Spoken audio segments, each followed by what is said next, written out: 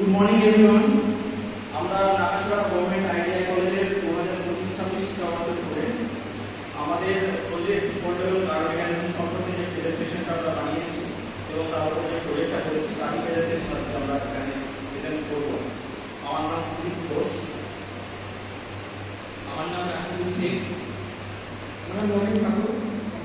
আমরা প্রেজেন্টেশনটা এখন শুরু করছি। যেমনভাবে দেখা যাচ্ছে স্লাইডে, এটা আমাদের টিমের একটা ইন্টারেস্টিং ঘটনা, যেটা আমরা এই প্রজেক্টটা করতে গিয়ে সামনে এসেছে আমাদের। আমরা সেটাই এখানে একটু ওভারভিউ করা। এই প্রজেক্টটা বানানোর জন্য যা ইকুইপমেন্ট লাগতো সেগুলো সব আমরা নিয়ে যখন আমাদের ক্লাসরুমে অ্যাসেম্বল করছিলাম তখন সেটা বহুবার ভাঙাচোরার মধ্যে দিয়ে গিয়েছে, একবারে সঠিক পাইনি। তা সেই রকমই একটা পরিস্থিতিতে পুরো জিনিসটা রেডি হওয়ার সময় জিনিসটা একবার খুলে গেছিল। সেটা আমাদের মনে একটা সংখ্যা এবং একটা কি বলবো হাসির একটা খোড়া ছিল বলা চলে ব্যাপারটা।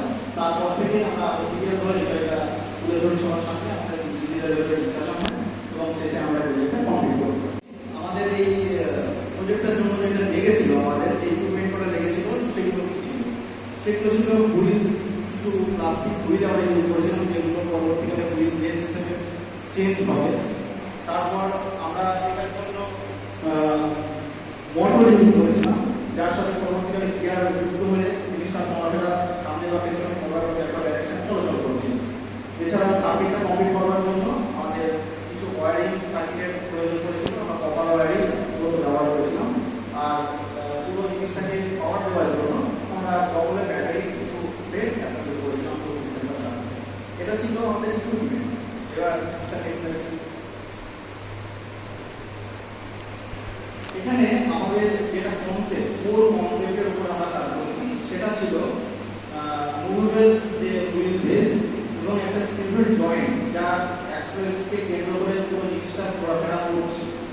এই পোর্টেবল কার্ড মেকানিজমের মেন যে মোটিভ বা লক্ষ্য আমাদের ছিল, আমরা কতটা কম জায়গার মধ্যে একটা গাড়িকে পার্কিং স্লটে ঢোকাতে পারি। আমরা এই দৈনন্দিন এত অত্যাধিক গাড়ির চাপ কিংবা আমাদের ইজি ফাস্ট মুভ করবার জন্য ইমার্জেন্সি সিচুয়েশনে বা রেগুলার বিজনেসে যেগুলো লাগে সেখানে এর ব্যবহার মানে অপরিহার্য বলা যাবে।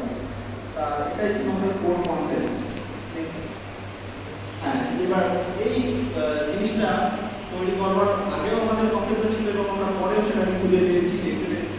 সেটা ছিল ইলেকট্রিক্যাল অ্যাক্সিসের ব্যবহার, যেটা আমরা নিজেরাই সেটাকে বিভিন্নভাবে ফিট করে কোন লাইনটা কোন দিকে গেলে সবচেয়ে শর্ট কি বলবো রিসোর্সেসে সেটা কমপ্লিট হবে বা সব থেকে সুন্দর ফ্লোলেস জিনিসটা রান করবে, সেটা আমরা একটা দেখেছিলাম।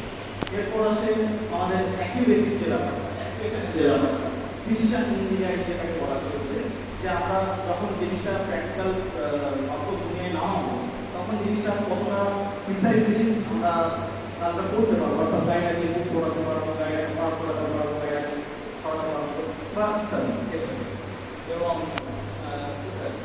যাই হোক, এটা আমাদের ফিউচার রোড ম্যাপের একটা ক্যারেক্টারে দেখাচ্ছে। যেটা হচ্ছে কি, যে যদি আজকের দিনে আমাদের মোটামুটি 2020 থেকে আমরা স্লাইডটা শুরু করেছি, ওইখানে আমাদের ট্রাফের দিনগুলো থাকে, আমরা মোটামুটি 2060 ট্র্যাজেক্টরিকে ফলো করে যদি চলি, এটা ডবল বা তারও বেশি এরকম একটা জায়গায় এর প্রয়োজনীয়তাটা পৌঁছে যাবে বলে আমরা আশাবাদী বা আমরা গেস করছি, এটা বলা যায়।